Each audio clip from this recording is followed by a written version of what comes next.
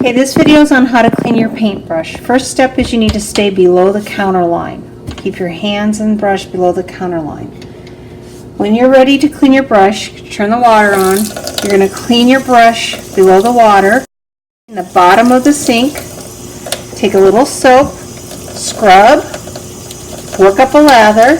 That's the third step. Soap and scrub. Rinse. And put your brush back in the can. If you're just cleaning your brush to go from green to blue and you don't need to get it completely clean, you can just wipe it a little bit. You can wipe the brush off. If it's green, you can clean it again.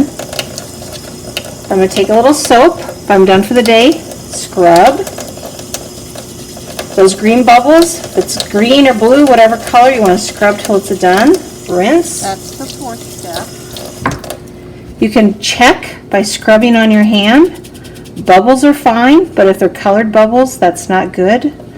Wipe it on a paper towel and put it in the can with the bristles up. So first step, stay below counter. Second step, paint the bottom of the sink. Third step, soap and scrub.